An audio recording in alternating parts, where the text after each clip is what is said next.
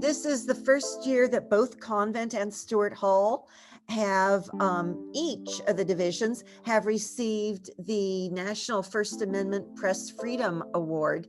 And this has only gone to 14 high schools in the nation, and we are two of them.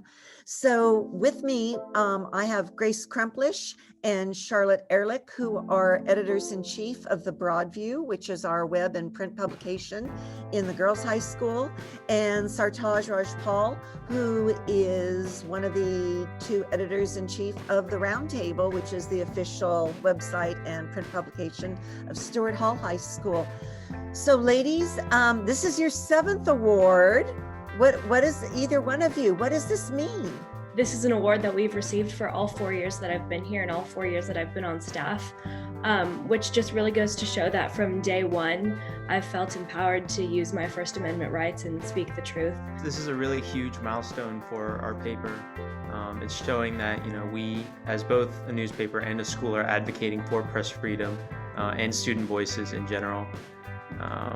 We're reporting on what we think is important, and now we're finally being recognized for that, and I'm really proud of the staff, my other editor-in-chief, and also the school. Grace and Tabby and I, we can all make decisions on our own without, much supervision, and that is a great honor and something that not a lot of high school publications have around the country and around the world.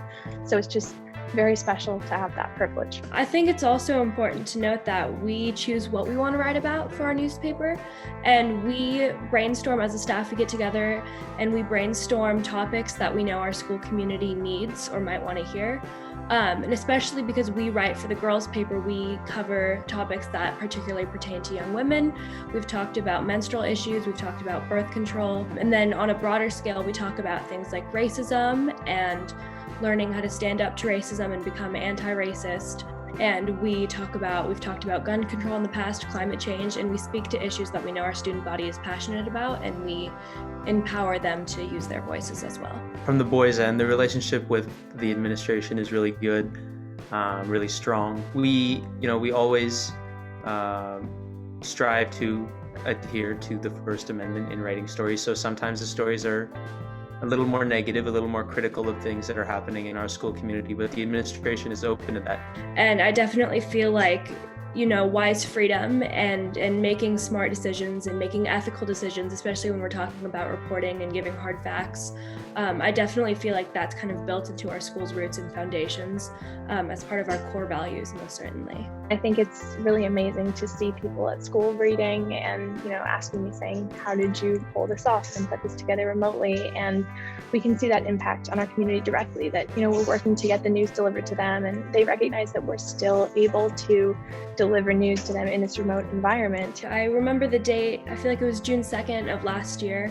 Tabby, Shar, and I woke up, and this was at the very beginning of all of these, the revampment and the revival of the Black Lives Matter movement, and we would wake up and we'd see our social media feeds just flooded with information, and it was a really scary time, I would definitely say that, but we woke up and we said, hey, the Broadview needs to say something. It was the last day of school, everyone was getting ready for Prize Day, and we said, hey, Miss Enna, can we come into your Zoom room for 30 minutes? And after 30 minutes, we had an op-ed that we were ready, or a staff editorial that we were ready to publish, and that was one of our most read and well-received pieces to date because we took a very firm stand against racism. Sartaj, is there a story that resonates with you, or an opinion piece that you wrote? I guess a kind of group of stories about COVID-19, but not only COVID-19, but its effects on various things, like its effects on religion and places of worship, its effects on sports, and so forth. And I think that's something, that should be reported on, given, COVID-19 has been one of the biggest changes in everyone's lives. I think that I am, first of all, a lot more confident when I talk to people.